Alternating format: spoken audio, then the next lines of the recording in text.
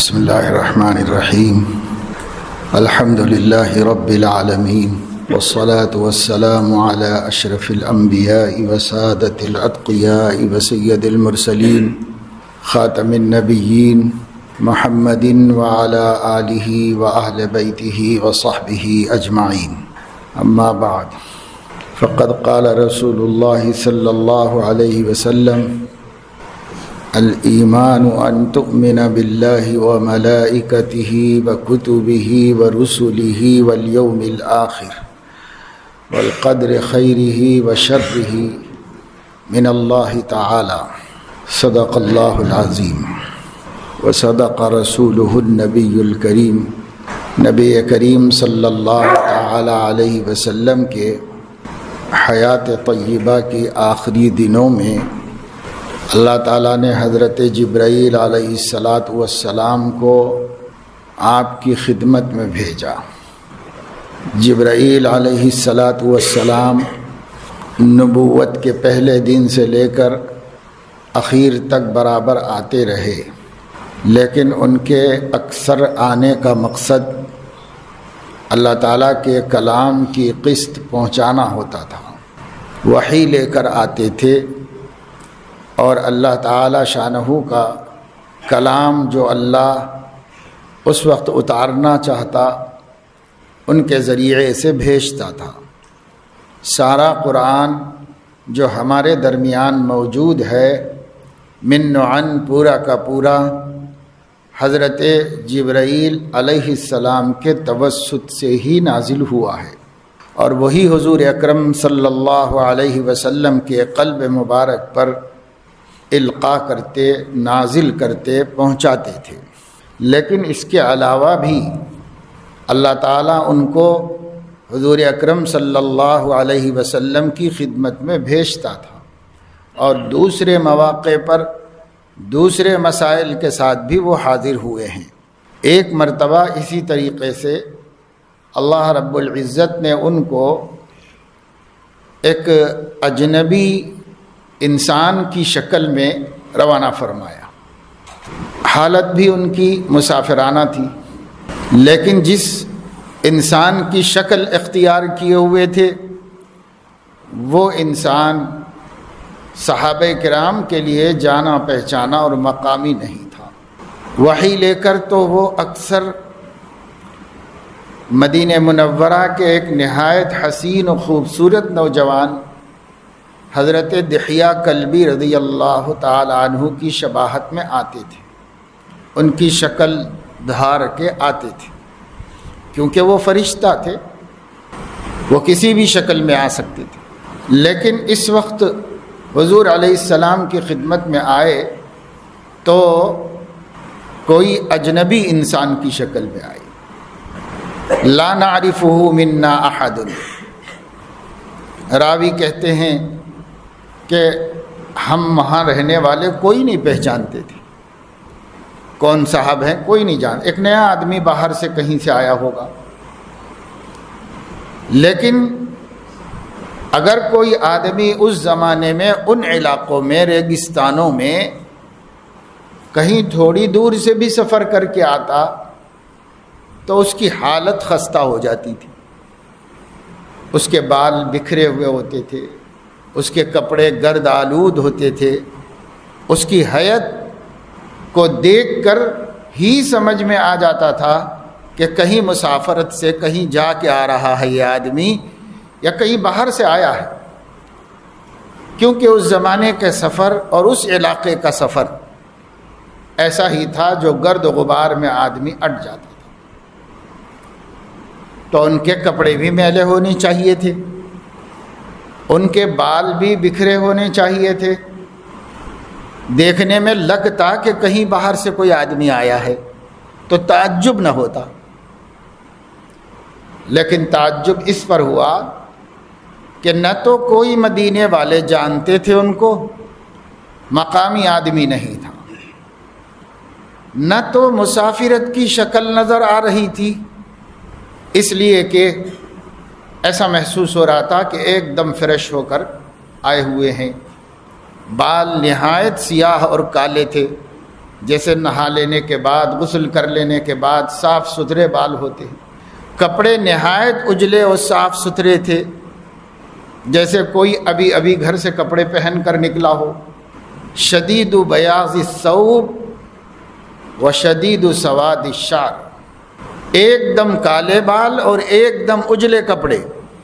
یہ دیکھ کر سمجھ میں آ رہا تھا کہ یہیں کہیں اڑوس پڑوس کے محلے کا آدمی ہوگا، لیکن صورت شکل دیکھو تو یہ سمجھ میں آ رہا تھا کہ کوئی مقامی آدمی تو نہیں ہے، بھائی کوئی بھی نہیں جانتا ان کو کون ہے، بالکل اجنبی نیا آدمی باہر سے آیا ہے۔ یہ چیز وہاں موجود صحابہ کرام کے لیے تعجب کا سبب بنی۔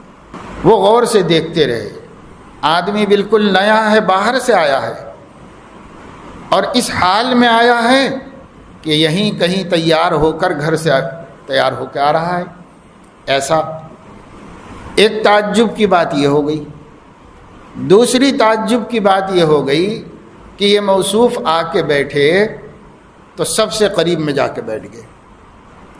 اجنبی نیا آدمی آتا ہے تو ذرا تکلف ہوتا ہے، اس کو دور بیٹھتا ہے، جلدی مانوس نہیں ہوتا کسی سے، لیکن اتنا قریب، جتنا قریب تو یہ بڑے بڑے صحابہ بھی نہیں بیٹھ سکتے تھے، اتنا قریب جا کر کے بیٹھ گئے حضور علیہ السلام کے، حتیٰ کہ اپنے گھٹنے ان کے گھٹنوں سے ملا دیے اور اپنے پیر ان کی رانوں، اپنے ہاتھ ان کے رانوں پہ رکھ دیے، بالکل قریب ترین ہو گئے۔ اتنا بے تکلف تو کسی صحابی کو ہمت نہیں ہوگی بھائی، اتنا بے تکلف ہو جائیں حضور سے، لیکن وہ اتنے بے تکلف، گھٹنے گھٹنوں سے ملا دیے اور ہاتھ آپ کے گھٹنوں پہ رکھ دیے، اتنے قریب آ کر کے بیٹھ گئے۔ حضور علیہ السلام کو تو کچھ تکلف نہیں ہوا، حضور علیہ السلام تو سمجھتے تھے فرشتے کو، لیکن دیکھنے والوں کو کچھ سمجھ میں نہیں آیا۔ تو صحابہ کہتے ہیں اب دوسری تعجب کی بات یہ ہو گئی، پہلی تعجب کی بات وہ تھی، اب یہ دوسری تعجب کی بات ہو گئی کہ ایسا کیسا پرانا دوست نکل گیا ہے، کوئی جانتا ہی نہیں، کوئی پہچانتا ہی نہیں۔ اتنی ہمت تو نہ صدیق اکبر کو ہوئی نہ عمر فاروق کو جتنی ان کو ہو گئی۔ پھر انہوں نے، اس شخص نے حضور علیہ السلام سے کچھ سوالات کی، آپ ان کے جواب دیتے رہے۔ اس سے موجود صحابہ کرام کو بہت علم حاصل ہوا، ان کا ہر سوال بہت اہم سوال تھا، اور حضور علیہ السلام کا جواب اگرچہ کہ ایک طویل عرصے میں صحابہ کرام نے یہ باتیں مختلف موقعوں پر سنی تھیں، مختلف انداز سے سنی تھی، لیکن اسلام کے، ایمان کے، احسان کے ایک جامع اور مختصر تعارف کے طور پر کبھی کسی نے پوچھا بھی نہیں تھا، اور کبھی اس طرح حضور علیہ السلام نے جامع معنی تعارف بھی نہیں کرایا تھا، ایک ہی موقع پر مختصر سی بات کہہ دیے ہوں اس طرح۔ اس لیے اس سے صحابہ کو بہت علم حاصل ہوا، اور اسلام، پورا خلاصہ اسلام کا ایک ہی مجلس میں سامنے آ گیا۔ پھر جب سوال جواب ہو گئے تو یہ جو سائل تھے انہوں نے شکریہ ادا کیا، اٹھ کے کھڑے ہو گئے، وہ چلے گئے۔ تھوڑی دور چلے گئے ہوں گے، حضرت علیہ السلام نے کسی سے کہا کہ دیکھو وہ صاحب جو آئے تھے وہ کدھر گئے؟ تو اٹھ کے ان کے پیچھے ان کو دیکھنے کے لیے گئے کہ بلائیں، وہ بلا کے واپس لائیں، لیکن وہ اتنی دیر میں غائب ہو گئے تھے، نظر نہیں آئے، کسی کو ملے نہیں۔ پھر وہ تھوڑا دو چار قدم چل کے پھر فرشتہ بن گئے، غائب ہو گئے، آئے نہیں، ملے نہیں، کسی کو نظر نہیں آئے۔ اور لوگوں کو تعجب ہوا کہ بھئی ایسا کون آدمی ہے جو یہیں سے غائب ہو گیا، مسجد ہی میں سے، پتہ ہی نہیں چلا کہاں چلا گیا۔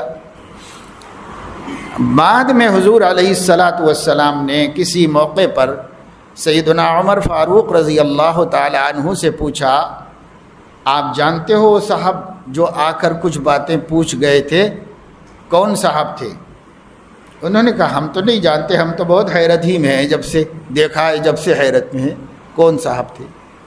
آپ علیہ الصلاۃ والسلام نے فرمایا اتاکم جبریل یعلمکم دینکم، یہ جبرائیل تھے جو تم لوگوں کی موجودگی میں آئے تھے اور تمہیں ہی تمہارا دین سکھانے کے لیے آئے تھے، یعنی دین کا ایسا جامع تعارف کہ سب کو یاد رہے اور قیامت تک کے لوگوں تک پہنچ جائے۔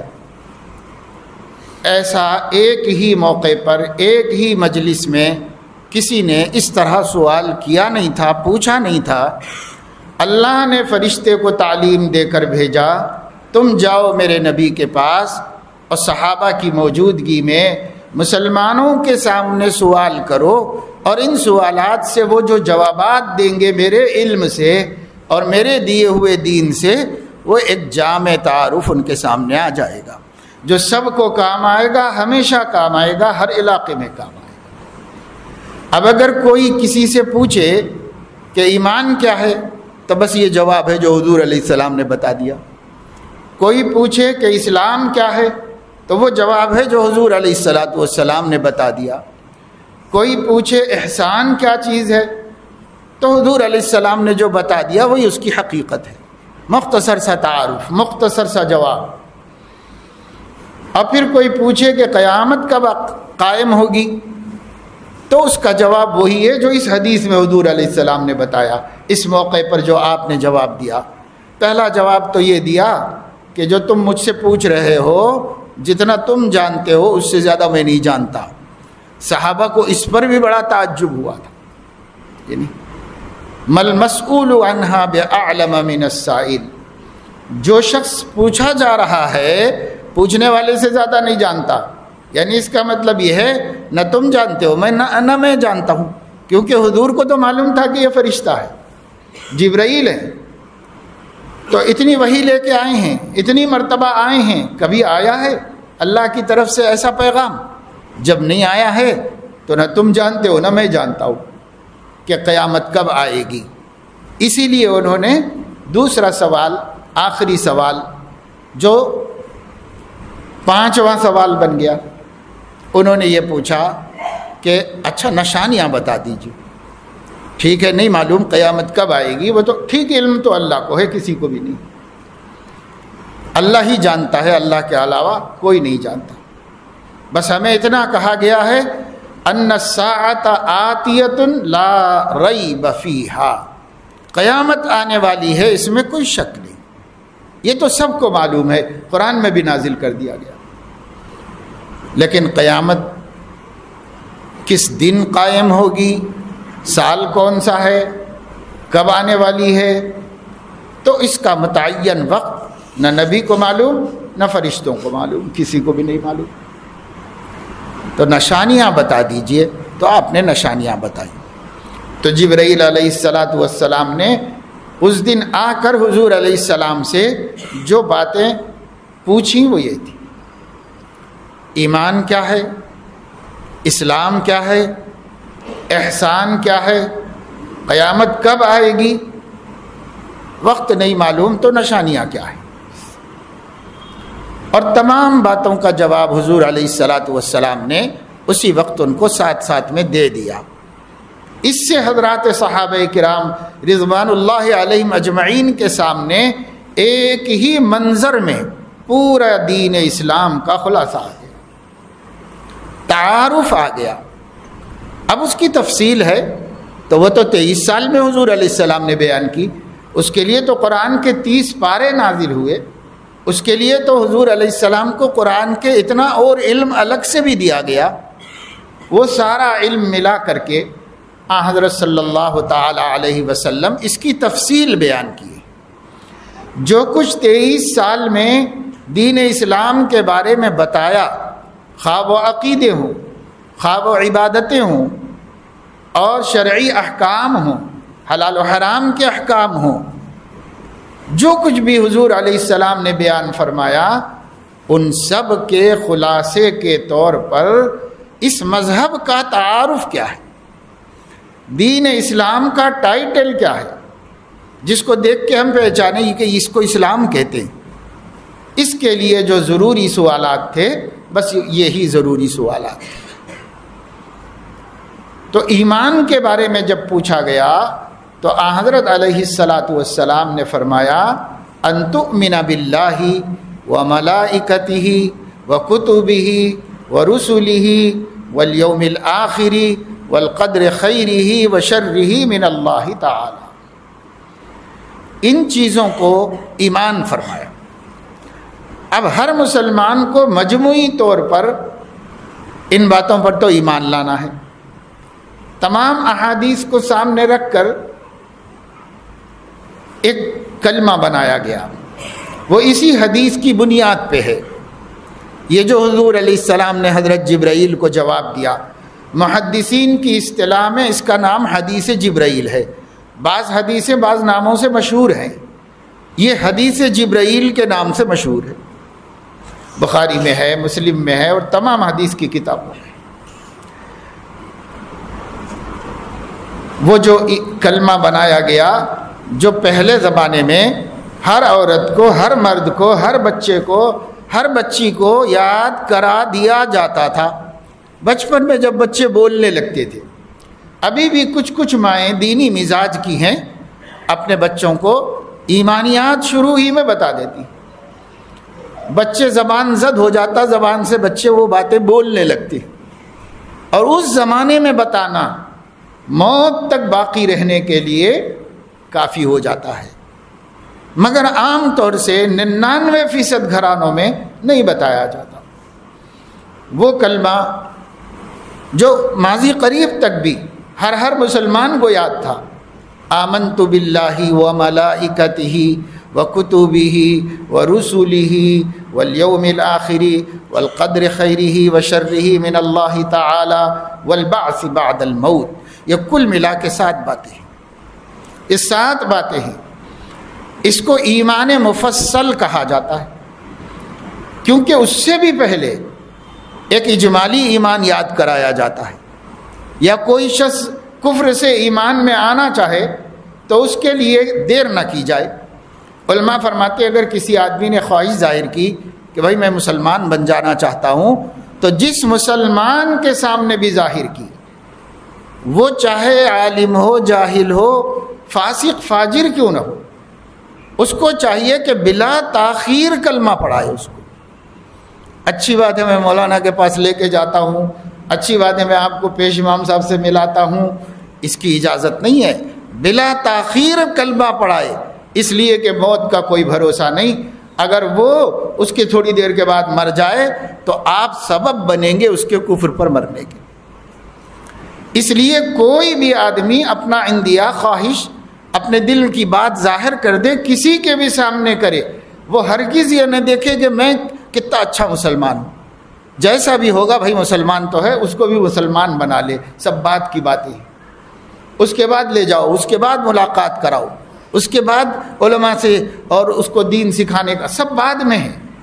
لیکن ایمان وہ چیز ہے، اگر کسی کے دل میں داعیہ ہوا اور اس نے فوراً اس کو کسی نے ایمان سمجھا دیا، کلمہ پڑھا دیا، چاہے تفصیل نہ بتائی اس کی کچھ بھی، اب اس کے بعد مرے گا تو سیدھے جنت میں جائے گا، سیدھے جنت میں جائے گا. اتنی بڑی نعمت ہے، اس میں تاخیر کی اجازت نہیں ہے کہ لوگ تاخیر کرائیں. ایک صاحب کوئی مرتد ہو گئے تھے، جہالت سے، ناواقفیت سے، نئی معلومات تھے، غلط عقائد میں چلے گئے تھے. پھر اس کے بعد انہوں نے سمجھاتے ان کی سمجھ میں آ گئی بات. انہوں نے کہا ہاں میرے سے بڑی غلطی ہوئی، مجھے واپس اسلام میں آ جانا چاہیے، میں سچے عقائد میں آ جانا چاہتا ہوں، توبہ کر لینا چاہتا ہوں. اس پہ آ گئی بات. ہفتہ 2 ہفتے کئی مہینے سے سمجھاتے رہے ایک مولانا صاحب، سمجھاتے ایک دن سمجھ میں آ گیا اس کے. تو انہوں نے مجھے فون کیا اور کہا کہ 3-4 دن کے بعد کی کوئی تاریخ تھی کہ بھائی اس تاریخ کو ہمارے محلے میں آپ کا پروگرام ہے، ہم چاہتے ہیں کہ اس پروگرام میں آپ سے ملاقات کرائیں، آپ ان کو کلمہ پڑھا دیجئے، واپس اسلام میں لے آئیے. تو میں نے کہا بھائی 3-4 دن تو بہت بڑی بات ہے، چند لمحے بھی میں رہوں گا یا وہ رہے گا نہیں معلوم، کیسے آپ اس وقت تک روک سکتے ہیں ان کو؟ اب جب سمجھ میں آ گیا تو کلمہ پڑھاؤ، واپس اسلام میں داخل کر دو، اسی لمحے اسی جگہ جب اس کا ارادہ ہو گیا فوراً، کسی کا بھی انتظار مت کرو، اور کسی کا بھی انتظار کرو گے خدا نہ خواستہ وہ مر گیا تو اس کے کفر کی ذمہ داری تمہارے سر پہ آئے گی، یہ فوری کرو۔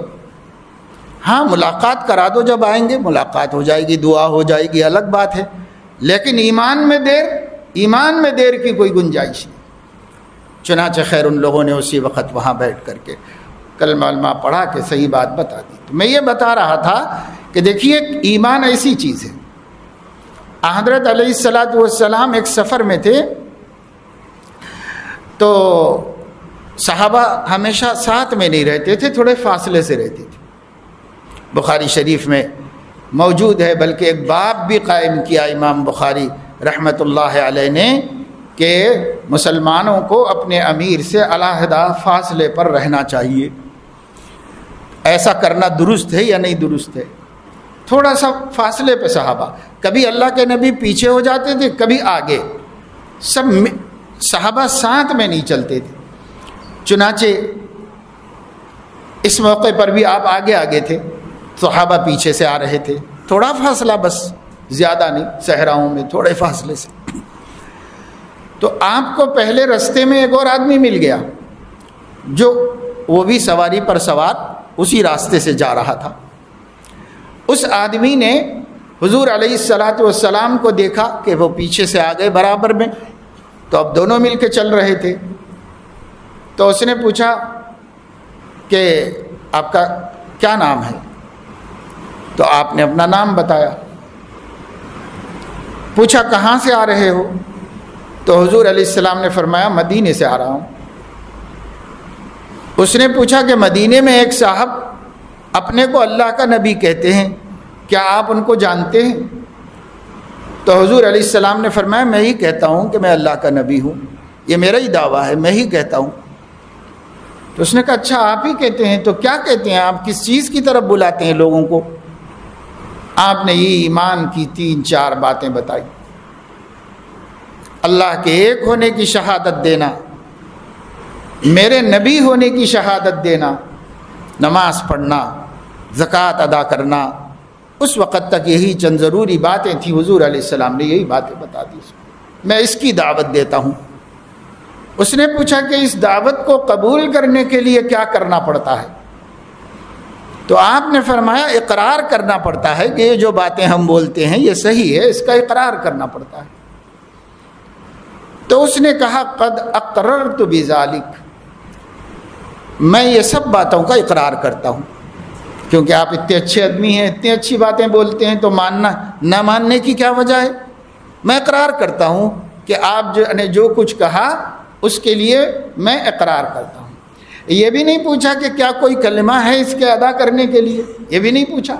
ان کی زبان عربی تھی، عربی میں بات ہو رہی تھی، حضور نے فرمایا اقرار کرنا پڑتا ہے۔ تو اس نے کہا کہ میں نے اقرار کر لیا، آپ جو باتیں بول رہے ہیں اس کا اقرار کر لیا میں۔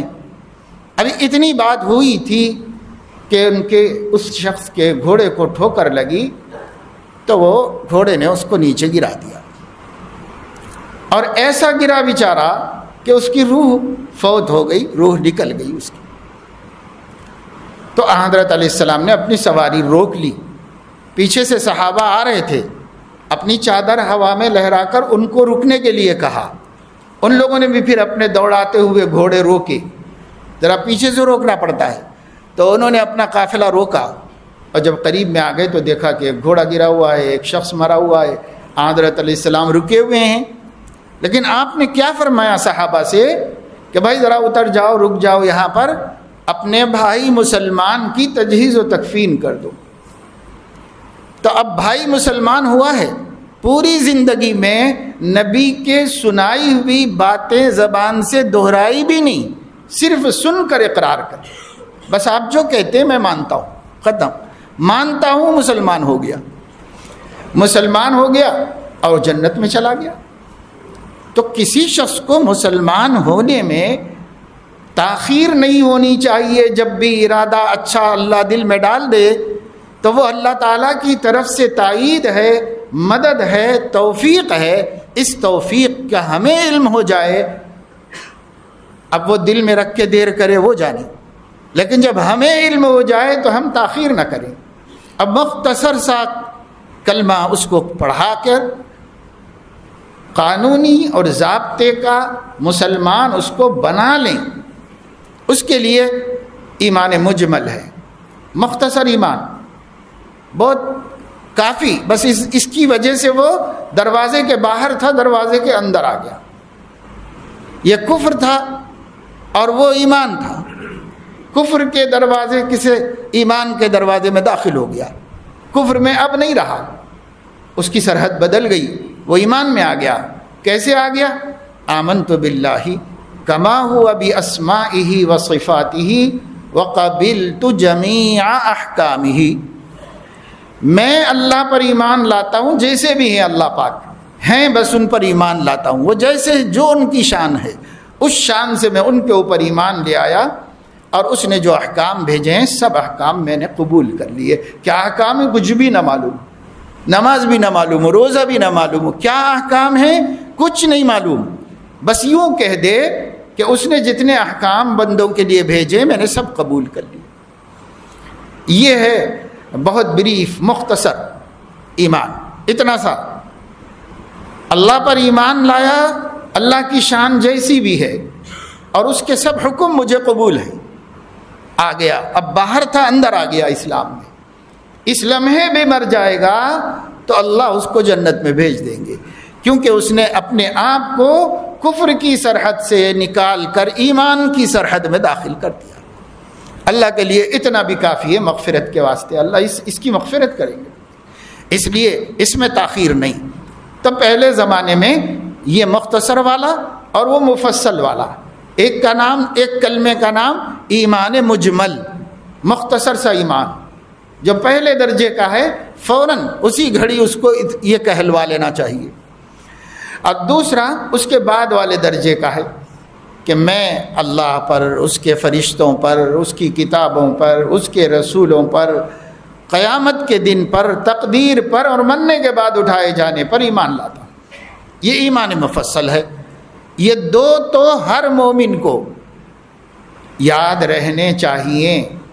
پہلے والا داخلے کے واسطے ہے وہ، اور دوسرا والا پہلا سبق ہے، ایمان کا پہلا سبق ہے کہ بھائی اتنا تو مانو، اتنی چیزوں کو تو تم تسلیم کرو، یقین کرو. یہ ایمان کا پہلا سبق ہے. یہ ہماری ذمہ داری ہے کہ اپنے گھر والوں سے معلوم کرے کہ وہ ایمان میں داخل ہونے کا کلمہ جانتے ہیں کہ نہیں جانتے، اور ایمان میں ایمان کا پہلا سبق لیے ہیں کہ نہیں لیے ہیں. بہت سے لوگ ایسے ہیں، شادی ہو گئی اور شادی ہو کر کے 2-4 سال 5 سال 8 سال گزر گئے، 1 2 3 بچے بھی اللہ تعالیٰ نے عطا فرما دیے، وہ بچے بھی بڑے ہو رہے ہیں، لیکن کبھی گھر میں ایمان کا مذاکرہ نہیں کیا، اپنی بیوی سے ایمان مجمل اور ایمان مفصل بھی نہیں سن لیا، کبھی اتنا بھی نہیں جان لیا. بعض علاقے آج بھی ہندوستان میں ایسے ہیں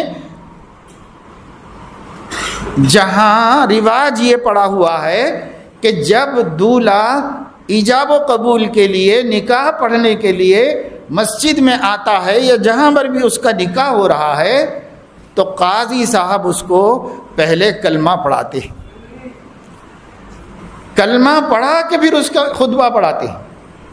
کیونکہ کتنے لوگ ایسے ہیں جنہیں خود ان کا ایمان بھی نہیں معلوم ہے، کبھی انہوں نے کلمہ بھی ایمان کا نہیں جانا. ایسے کتنے لوگ ہیں. تو علاقوں میں ایسا رواج بنا ہوا ہے، اور بعض علاقوں کے اندر وہ کلمہ پڑھانے کے بعد 2 رکعت نماز بھی پڑھاتے ہیں، اس لیے کہ یہ بھی اتنا تو معلوم ہے کہ بغیر نماز کے ایمان نہیں. لہذا بھائی پتہ نہیں زندگی میں کبھی نماز پڑھا کہ نہیں پڑھا، کلمہ پڑھا کہ نہیں پڑھا، اس کو پہلے کلمہ پڑھاؤ، پھر 2 رکعت نماز پڑھاؤ، اور پھر اس کے بعد نکاح پڑھاؤ. رواج ہے بعض جگہوں پر، ایسا اسلامی طریقہ تو نہیں ہے. مسلمان ہے، اس کو اب کیا مسلمان بنانا ہے شادی ہوتے وقت میں، لیکن بعض علاقوں کا رواج بتا رہا ہوں. ایک بہت بڑے عالم دین ہیں حضرت مولانا عبد الخالق مدراسی دامت برکاتہم، تو مجھ سے کہنے لگے ایک دفعہ کہ میں ایک علاقے کے اندر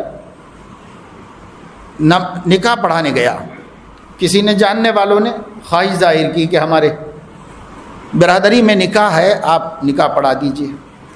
تو حضرت فرماتے میں گیا تو ابھی کوئی لوگ آئے نہیں تھے، میں نماز پڑھ کے مسجد میں بیٹھا رہا، دیہات تھا، گاؤں کے لوگ تھے، آنے میں دیر کیے، پھر لوگ آئے، نوشہ آ گیا، لیکن وہ لکھائی پڑھائی کرنے والے قاضی صاحب وغیرہ آئے نہیں، تو وہ بیٹھے ہوئے تھے۔ تو مولانا نے اس سے پوچھا کہ بھائی آپ اسلام کا کلمہ جانتے ہیں؟ تو بولا نہیں جانتا۔ پوچھے کلمہ شہادت جانتے ہو؟ تو کہا کہ نہیں مجھے نہیں آتا کلمہ شہادت۔ تو اتنی دیر کہ قاضی صاحب آ جائیں، حضرت نے سوچا کہ نکاح پڑھوانے کو آیا ہوا ہے اور نہ کلمہ طیبہ آتا ہے نہ کلمہ شہادت آتا ہے۔ 22-24 برس کی عمر ہو گئی کم سے کم، آج کل تو نکاح 25-26 سال میں نوجوان کر رہے، کلمہ طیبہ بھی نہیں آتا، اس کے الفاظ بھی نہیں آتے، کلمہ شہادت بھی نہیں آتا۔ بٹھا کے اس کو یاد کرا کے کلمہ طیبہ اس کو یاد کرایا، پھر کلمہ شہادت یاد کرایا، پھر قاضی صاحب آئے، پھر وہ کارروائی وغیرہ ہوئی۔ تو یہ کیوں؟ اس واسطے کہ ہم نے مومن اپنے کو کہنا کافی سمجھا، ایمان جاننے کی ضرورت نہیں سمجھی کبھی۔ یہی وجہ ہے کہ چلو بھائی ہم کو آتا ہے ٹھیک ہے، لیکن کبھی گھر میں مذاکرہ کریں تاکہ اہلیہ بھی سنا دے، پتہ نہیں اس کو بھی آتا ہے کہ نہیں آتا ہے۔ وہاں تو ملی صاحب کو مل گیا تھا تو انہوں نے یاد کرا دیا، ابھی کہاں ملی کسی ملی صاحب کو کہ اس کو یاد کرا دیا جائے۔ ماں باپ کراتے ہیں تو کراتے ہیں، نہیں تو کچھ بھی نہیں۔ ابھی ہے الحمدللہ کچھ رواج، لیکن آپ سماج کا جائزہ لے کر دیکھیں، اکثر گھرانوں کو نہیں پتہ ہے کلمہ کیا ہے، اکثر گھرانوں میں نہیں پتہ ہے۔ اب ہم لوگ جو نماز روزہ کر لیتے ہیں، مسجد آ جاتے ہیں، نماز پڑھ لیتے ہیں، ماحول ہے تھوڑا سا اور کچھ نہ کچھ دین کا شعور ہے، تو گو ہمارے گھر میں ہوگا اس کا ذکر، لیکن آپ سماج کی بات کر رہا ہوں، سماج کو دیکھیے، پورے معاشرے اسلامی کو دیکھیے، تو آپ کو پتہ چلے گا کہ عمریں گزر رہی ہیں، کلمہ طیبہ بھی زبان پر درست نہیں، عمریں گزر رہی ہیں۔ اور یہ ہمارا ہی حال نہیں ہے، بہت سے اسلامی ممالک کا بھی یہی حال ہے۔ ایک بہت بڑے عالم دین ہیں، آپ نے نام تو سبھی لوگوں نے سنا ہوگا، حضرت مولانا خلیل الرحمن سجاد نعمانی دامت برکاتہم، تقریباً سبھی مسلمان ہندوستان کے ان کا نام جانتے ہیں۔ وہ جس زمانے میں مدینہ منورہ میں پڑھ رہے تھے، مدینہ یونیورسٹی کے اندر، اس زمانے کا واقعہ سنایا کہ ہر جمعرات کو ہم لوگ دیہاتوں میں جاتے تھے، تو ایک دیہات میں جا کر بڈھے لوگوں کو، یعنی بدو لوگ، قبیلے والے جو گاؤں میں رہتے ہیں وہاں کے، ان میں سے ضعیف بوڑھے لوگوں کو پکڑ کے لائے مسجد میں، گاؤں میں جو مسجد تھی وہیں لے کے بیٹھے، اور ان لوگوں سے کلمے کا حلقے بنا کے کلمے سننا، کلمے سیکھنا سکھانا کا کام کر رہے تھے۔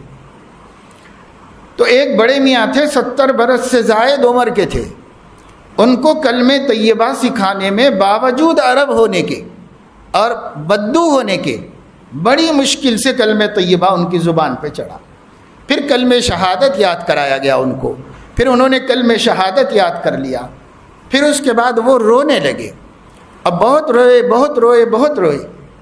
پوچھا تو انہوں نے بتایا کہ آج میں اس عمر میں مرنے سے پہلے کلمہ طیبہ اور کلمہ شہادت یاد کر سکا ہوں، ٹھیک سے پڑھ سکا ہوں۔ آپ لوگ کہہ رہے ہیں کہ صحیح سے پڑھ رہا ہوں میں، حالانکہ مجھے اتنا تو معلوم ہے کہ میں صحابی رسول ابو ہریرہ رضی اللہ تعالیٰ عنہ کی اولاد میں ہوں۔ جس شخص کے علم نے، جس شخص کی حفاظت حدیث نے سارے عالم میں اسلام کو زندہ رکھا ہوا ہے، اس شخص کی اولاد میں جا کر کلمہ شہادت بھی نہیں آتا، کلمہ طیبہ بھی نہیں آتا۔ کتنے مسلمانوں کے گھر کا حال ہے. میں آپ کو بتانا چاہتا ہوں، دیہاتوں کی بات مت کریے، دیہاتی تو دیہاتی ہیں بیچارے، پھر بھی قابل رحم. اپنے شہر میں اڑوس پڑوس آزو بازو اتنا بڑا حیدرآباد، اتنے پڑھے لکھے لوگ یہاں پر، اتنے مالدار لوگ یہاں پر، اپنے محلوں کا جائزہ لے کر دیکھ لیجئے کہ کلمہ طیبہ، کلمہ شہادت، ایمان مجمل، ایمان مفصل کیا چیزیں ہیں معلوم ہی نہیں لوگوں. کیا چیزیں ہیں معلوم ہی نہیں. کیوں؟ اس واسطے کہ ہم سماجی مسلمان ہونے پر فخر کیے ہوئے ہیں. ہم سماجی مسلمان ہیں، ہم حقیقی مسلمان بننے کے لیے تیار نہیں. سماجی مسلمان ہے. اب اس ہندوستان کے اندر کوئی ہندو ہے، کوئی سکھ ہے، کوئی بدھ ہے، اور کوئی جین ہے، اور کوئی برہمن ہے، کوئی ہریجن ہے، کوئی مسلمان ہے، کوئی عیسائی ہے. یہ سماجی پہچان ہے، یہ سماجی شناخت ہے کہ یہ مسلمان اور یہ عیسائی اور یہ ہندو اور یہ فلاں فلاں، یہ سماجی پہچان ہے. لیکن کیا اس پہچان والے کو کیوں پہچانا جاتا ہوں میں مسلمان کے نام سے؟ معلوم ہے، کچھ جانتا ہے کہ مجھے مسلمان کیوں کہا جاتا ہے؟ میرا دین اسلام ہے تو اسلام کس کو کہتے ہیں؟ یہ اتنا ضروری سوال ہے اور یہ اتنا اہم سبق ہے کہ اللہ نے آسمانوں سے افضل الملائکۃ المقربین، سب سے مقرب اور معزز فرشتے کو بھیج کر نبی سے سوال کروایا، یہ بتانے کے لیے کہ میرے بندو، سب سے اہم سوال یہ ہے، سب سے ضروری سوال یہ ہے جو نہیں ہو سکا، اس لیے میں نے فرشتے کو بھیج کر نبی سے یہ سوال کروایا. ہم نے کیا سوال اپنے گھر والوں سے. یہ باتیں جو اس حدیث میں، صرف اس حدیث جبرائیل میں جو تعارف اسلام کی حدیث ہے، اتنے سوال. ایمان کیا ہے؟ اپنی اہلیہ محترمہ سے، بیوی سے پوچھیں کبھی کہ بھائی جانتے ہو ایمان کیا ہے؟ آپ کیا جانتے ہیں وہ بتائیے. مذاکرہ ہے، مذاکرہ تو ہونا چاہیے. گھر میں اتنی باتیں ہو رہی، کتنی باتیں ہو رہی ہیں، گناہ کی باتوں میں کتنا ٹائم چلا جا رہا ہے. ایمان سیکھنے کی باتیں بھی تو ہونا چاہیے. تعلمنا الایمان ثم تعلمنا القرآن. صحابہ فرما رہے ہیں پہلے ہم نے اپنا ایمان صحیح کیا ہے، درست کیا ہے، پھر اس کے بعد احکام درست کیے. قرآن سے مراد احکام. پہلے ہم نے اپنا ایمان درست کیا ہے اور اس کے بعد احکام درست کیے. صحابہ کرام کا مزاج یہ تھا کہ کوئی ان سے ملنے کے لیے آ جاتا تو اس کو اس طرح ویلکم کرتے تھے، آئیے تشریف لائیے، بیٹھیے، ٹھنڈا گرم کچھ کیا پیش کروں میں آپ کو. ہم لوگ ایسے کرتے ہیں. صحابہ کیسے ان کا ویلکم کرتے تھے، استقبال کرتے تھے؟ صحابہ کرام کہتے تھے اجلس بنا نؤمن ساعتن. اچھا بھائی، بہت اچھے وقت آئے، ماشاءاللہ آپ کے آنے سے بہت خوشی ہوئی، بیٹھیے تھوڑی دیر ایمان کی بات کریں گے، ایمان تازہ کریں گے، ایمان تازہ کریں گے. اجلس بنا نؤمن ساعتن، تھوڑی دیر ایمان تازہ کریں گے. ایمان تازہ کرنا صحابہ کرام کے معمولات کا ایک حصہ تھا. آج ایمان کی باتوں کا مذاکرہ ہی نہیں ہے، آج ایمان کے تذکرے ہی نہیں ہے. یہاں تک کہ بہت گھرانوں کے بچے جوان ہو گئے ہیں، نوکریاں کر رہے ہیں، 30 35 40 سال کے ہو گئے ہیں. ایمان کے مذاکرے گھر میں نہیں ہونے کی وجہ سے ابھی تک ان کو اپنا دین نہیں معلوم ہے.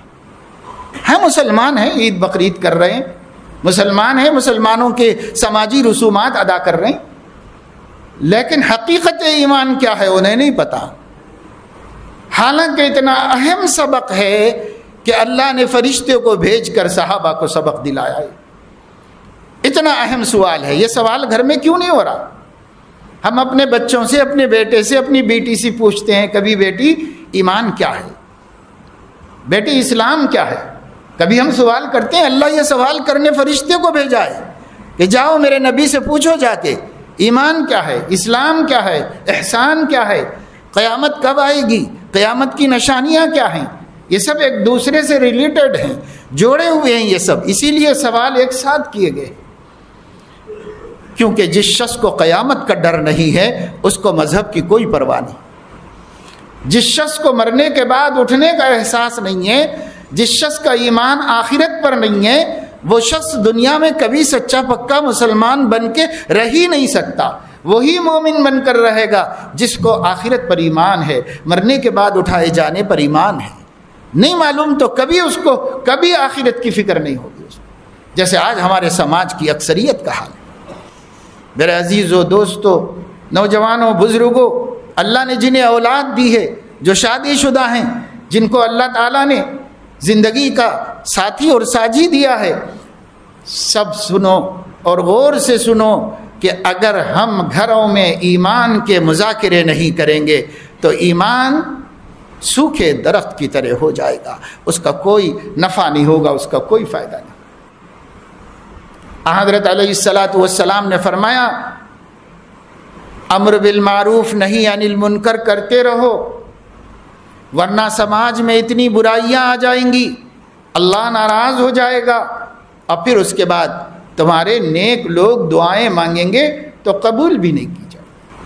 صحابہ کرام نے حضور علیہ الصلاۃ والسلام نے فرمایا کیا کلمہ اپنے پڑھنے والے کو نفع نہیں دیتا ہے؟ حضور علیہ السلام نے فرمایا یقیناً نفع دیتا ہے, لیکن جب کلمے کے حقوق اور تقاضوں کو بھلا دیا جاتا ہے تو پھر محض کلمہ کیا نفع دیتا ہے. کلمے کے حقوق ہیں ہم پر, کلمے کے تقاضے ہیں ہم پر, ہم نے اس کو بھلا دیا. انہلکو وفینا الصالحون, صحابہ نے پوچھا یا رسول اللہ کیا ہم ہلاک کیے جائیں گے درا حالے کہ ہم میں نیک لوگ بھی موجود ہوں گے؟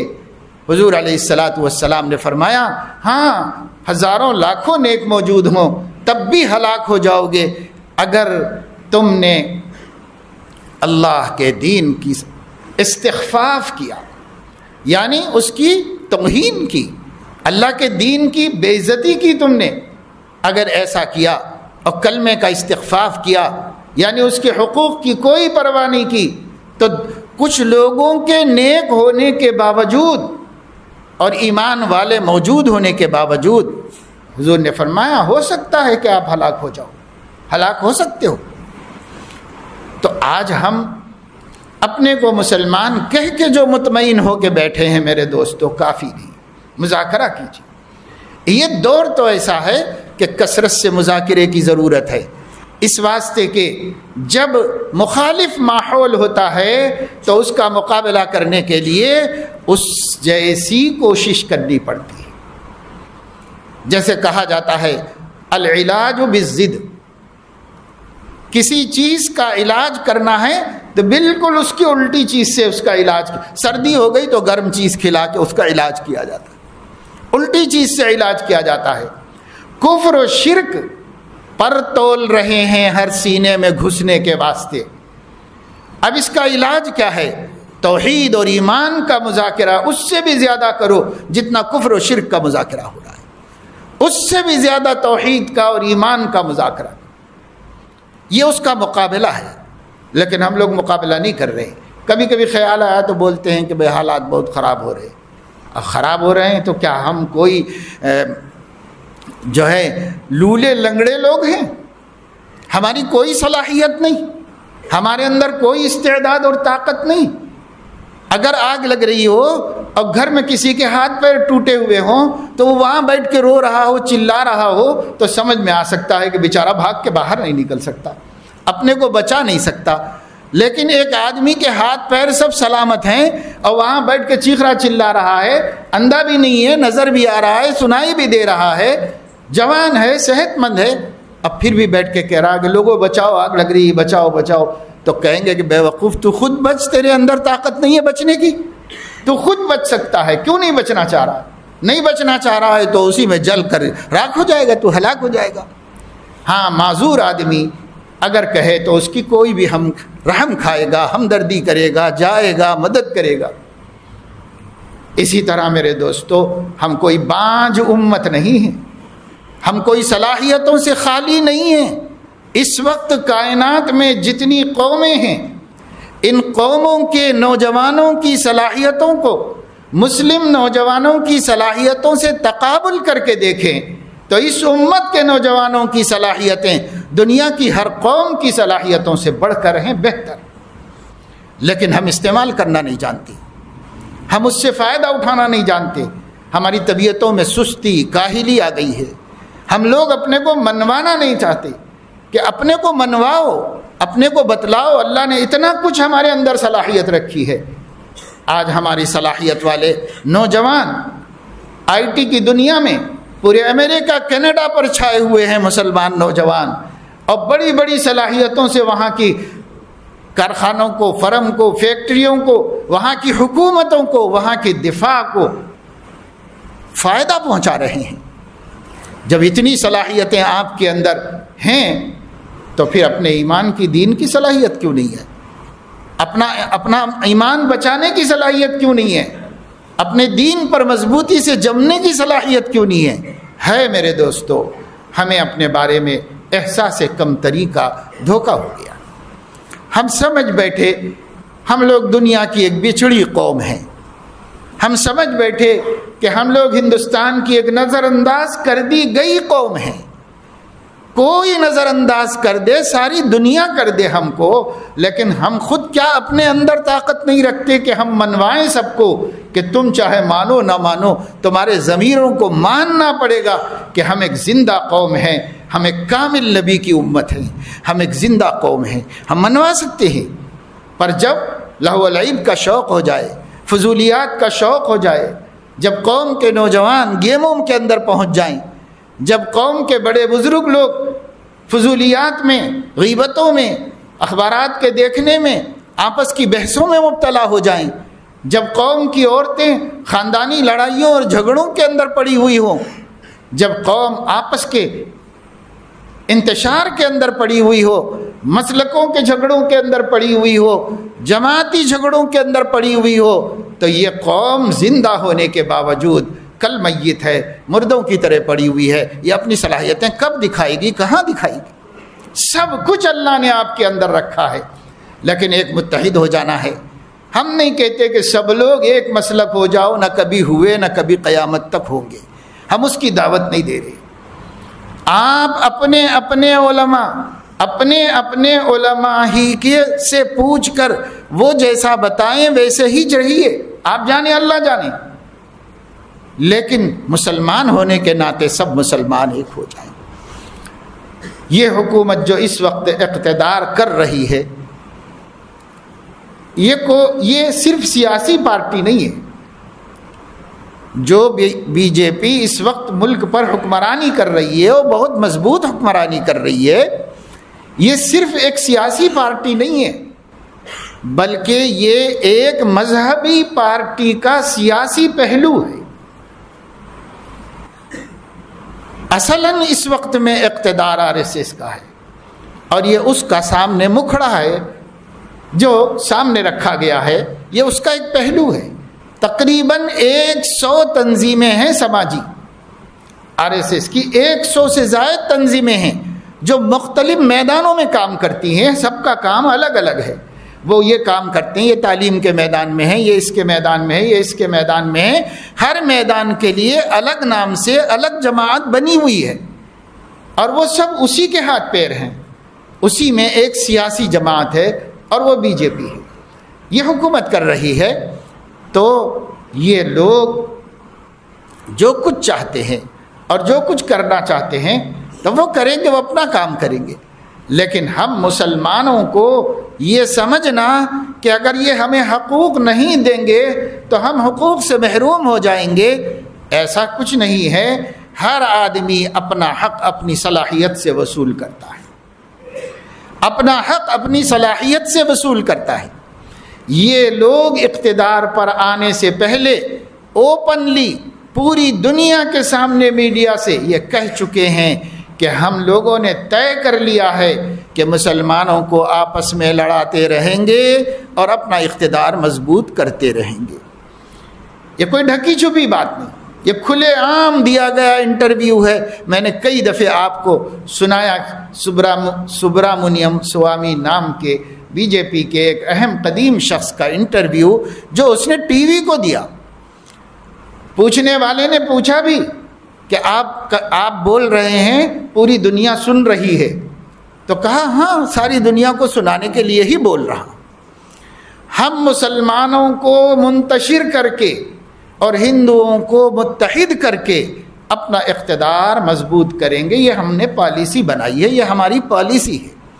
اس کو کھل کر جب سامنے رکھ دیا گیا تو آپ کو یہ خطرہ محسوس نہیں کرنا چاہیے کہ ہم پہلے سے بکھرے ہوئے ہیں اور ہمیں بکھیرنے کی کوششیں کی جا رہی. آپ نے چند دن پہلے دیکھا سارے ہندوستان میں ویڈیو وائرل ہوئے، بلکہ بیرون ملکوں کے اندر بھی. خواجہ معین الدین اجمیری چشتی رحمہ اللہ کے مزار پر ہر سال لوگ جمع ہو کے کچھ مراسم عرس بجا لاتے ہیں. ٹھیک ہے، غلط ہے، یہ الگ بات ہے، لیکن ہو رہا ہے صدیوں سے ایسا. صدیوں سے لوگ جمع ہو رہے ہیں، لوگ صدیوں سے وہاں ایک دوسرے سے محبت کے ساتھ ملتے ہیں، کھاتے کھلاتے ہیں، ہمہ مذہب لوگ جمع ہوتے ہیں. لیکن اس دفعہ وہاں مسلمانوں کے درمیان میں تفرقہ ہو گیا، مارم پیٹ ہو گئی، جھگڑے ہو گئے، گالی گلوچ ہو گئے، پوری مسجد کی جانمازیں ادھر سے ادھر ہو گئیں، ایک دوسرے پر پل پڑے، ایک دوسرے کو مار ٹھوک کے باہر کیا، لاٹھیاں نکل گئیں، سب ہو گیا. ہوا نا، سب پورا میڈیا میں آیا، اس کے ویڈیوز پوری ہندوستان میں پھیل گئے. کبھی جہاں پر ایسا نہیں ہوا، اب کیوں ہوا؟ مجھے تو فوراً وہی بات یاد آئی کہ ایک شخص نے کہا تھا کہ ہماری پالیسی ہی یہ ہے کہ مسلمانوں کو بکھیرتے جاؤ اور لڑاتے جاؤ اور اپنے اقتدار کو مضبوط کرتے جاؤ. کہاں کہاں تک توڑ دیا ہے ہمیں، کتنے ٹکڑے ہو گئے اور کتنے ہونے والے ہیں ہم لوگ. اللہ بچائے. میرے دوستو، پہلا کام ہم لوگوں کا یہ ہے کہ ہم مسلمان متفق اور متحد ہو کر ہر مومن کو مومن ہونے کی وجہ سے عزت دیں. بس آپ اس کی بات نہ سنیں، آپ اس کے راستے پر نہ چلیں. آپ جانیں، ہم نہیں کہہ رہے، ہم صرف یہ کہہ رہے ہیں یہ مسلمان ہے بھائی، یہ کلمہ پڑھتا ہے، اس کو عزت دو، اس کو سلام کرو، اس کا سلام لو، اس سے تھوڑی سی پیار محبت کی بات کر لو، بس ختم. تاکہ ہم ایک طاقتور جماعت بن جائیں. ہم کروڑوں میں ہیں، 24.2% ملک کے اندر. ہم کیوں کمزور ہیں بھائی؟ ہم کو کس نے اقلیت کہہ دیا ہے؟ ہم کیسے کم تعداد چھوٹے لوگ ہو گئے ہیں؟ ہم تو وہ ہیں جو 313 بھی تھے تو اکثریت تھے، اقلیت نہیں تھی. پھر کیسے ہم اقلیت بن گئے؟ اپنے اندر سے نکالو، اپنے اندر سے نکال دو کہ ہم کم ہیں، ہم کمزور ہیں، ہم محتاج ہیں. ہم کوئی کرم کر دے تو کرم والے ہو جائیں گے، نہیں تو ہمارے لیے کوئی نہیں ہے. یہ اندر سے نکالو. پوری دنیا کسی کے ساتھ ہوگی، اللہ آپ کے ساتھ ہے. اور اللہ کے بعد اور کس کے ہونے کا ہم کو غم ہے اور کس کا انتظار ہے؟ اللہ ہمارے ساتھ ہے. صحابہ بس یہی سوچتے تھے. اکیلا بھی ہوتا تھا، اکیلا صحابی بھی ایک پوری جماعت کے مقابلے پر آ گیا، نہیں ڈرا بالکل. اس نے سوچا اس کے ساتھ سب پورے قبیلے ہوں گے، میرے ساتھ اللہ ہے، اللہ اکیلا کافی ہے مجھے. حسبنا اللہ و نعم الوکیل، حسبنا اللہ و نعم الوکیل، نعم المولا و نعم النصیر. صحابہ کا عقیدہ تھا، ایمان تھا صحابہ. اس لیے میرے دوستو بزرگوں، میں نے آپ کو آج بس یہ بات بتائی کہ آج ہی سے گھروں میں ایمان کا مذاکرہ شروع. جو مرد لوگ ہیں، جو نوجوان ہیں، جو باپ ہے، جو بھائی ہے، جو بیٹا ہے، جو شوہر ہے، وہ خود مسجد میں جا کر عالم دین سے مل کر اس سے پوچھو کہ مجھے ایمان مجمل کی حقیقت سمجھا دیجیے. اور آپ ایک ہفتے تک گھر میں ایمان مجمل کا مذاکرہ کیجیے. ایک ہفتے کے بعد عالم کے پاس جا کر ایمان مفصل کو سمجھ جائیے. تھوڑا سا تعارف، زیادہ نہیں، 15 منٹ 10 منٹ میں سامنے آ جائے گا تعارف. اس تعارف کو لے کر اپنے گھر میں ایک ہفتے تک ایمان مفصل کا مذاکرہ کیجیے. کلمہ طیبہ کا مفہوم سمجھیے، پھر گھر میں اس کا مذاکرہ کیجیے. کلمہ شہادت کا مذاکرہ کیجیے. تیسرا کلمہ جس کو ہم کلمہ تمجید کہتے ہیں، جس میں 4 کلمات ہیں جن کے بارے میں اللہ کے نبی نے خبر دی. احبہن اللہ، جو اللہ کو سب سے زیادہ محبوب ہیں. 4 کلمے، سبحان اللہ، الحمدللہ، لا الہ الا اللہ، اللہ اکبر. بعض لوگ لا حول ولا قوت الا باللہ العلی العظیم بڑھاتے ہیں. 5 ملا لو، اس کی بھی بڑی فضیلت ہے۔ لا حول کو بھی سمجھنے کی ضرورت ہے، یہ بھی ایمان کا ایک کلمہ ہے، اس کو بھی ہم سمجھیں۔ اسی طریقے سے چوتھا کلمہ جو توحید باری تعالیٰ پر مشتمل ہے، لا الہ الا اللہ وحدہ لا شریک لہ لہ الملک ولہ الحمد وہو علی کل شیء قدیر۔ چھوٹا سا کلمہ ہے، تھوڑا سا معنی سمجھنا، اس کی تفصیل کو جان لینا، گھر میں اس کا مذاکرہ، اپنے بچوں کو یاد کرانا، اپنی بچیوں کو یاد کرانا، ان سے پوچھنا۔ ایک بہت بڑے عالم دین ہیں، اب تو بہت عمر ہو گئی، ویل چیئر پر ہو گئے ہیں، بہت مشکل سے چل پھر پاتے ہیں، اب شہر سے قریب بھونگیر میں رہتے ہیں۔ بھونگیر سے پہلے ایک ہمارا مدرسہ ہے گٹ کے سر میں چلتا ہے، کنڈا مڑگو میں ایک مدرسہ چلتا ہے، بچے پڑھتے ہیں چھوٹے چھوٹے وہاں پر۔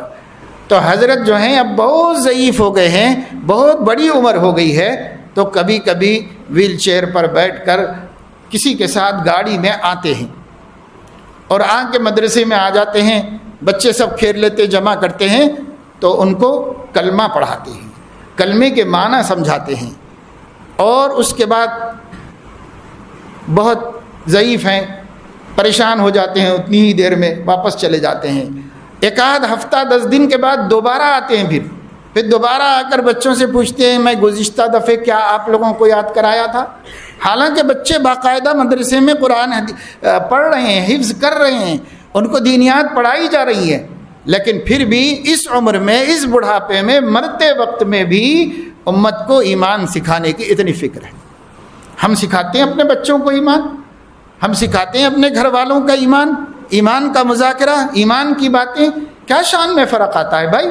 میں نے اپنی آنکھوں سے اپنے بزرگوں کے پاس مسجد میں بڑے بڑے محدثین و مفسرین کو حلقے میں بیٹھ کر نماز سناتے ہوئے دیکھا ہے۔ بڑے بڑے محدث و مفسر، دارالعلوم دیوبند، مظاہر العلوم، ندوۃ العلماء کے مہمان حضرت محی السنہ کے پاس آتے تھے، ان کے ہاں کمپلسری تھا کہ حلقے لگیں گے فجر کے بعد، سارے مہمانوں کو حلقوں میں بیٹھنا ہوتا تھا۔ بڑے سے بڑا مفسر محدث بھی اپنی پوری نماز سناتا تھا، اذان سناتا تھا، اقامت سناتا تھا، پھر دوسرا سناتا، پھر تیسرا سناتا، 4 5 آدمی بیٹھ کے روزانہ اپنی نماز روزی کا مذاکرہ کرتے، کلموں کا مذاکرہ کرتے۔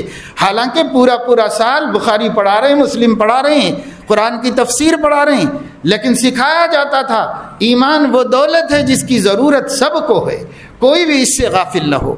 لیکن ہم لوگوں کو جو کچھ بھی نہیں آتا، کبھی بیٹھ کے حلقے بنانے اور ایمان سیکھنے، کلمہ سیکھنے کی فکر نہیں۔ اللہ مجھے آپ کو سب کو توفیق عمل نصیب فرمائے، ہم لوگوں کی غفلتوں کو دور کر دے۔ یہ وقت بہت بہت بہت آزمائش کا ہمارے سر پر ہے، اس وقت میں ہمیں اپنے گھروں میں ایمان کا مذاکرہ کرنے کی ضرورت ہے۔ ایمان کا مذاکرہ کرنے کے لیے الل ٹپک نہیں کرنا چاہیے، اٹکل پہ بھی نہیں کرنا چاہیے، پہلے خود سیکھ کر اس ایمان کا مذاکرہ کرنے کی ضرورت ہے۔ اللہ توفیق نصیب فرمایا، آمین، وآخر دعوانا۔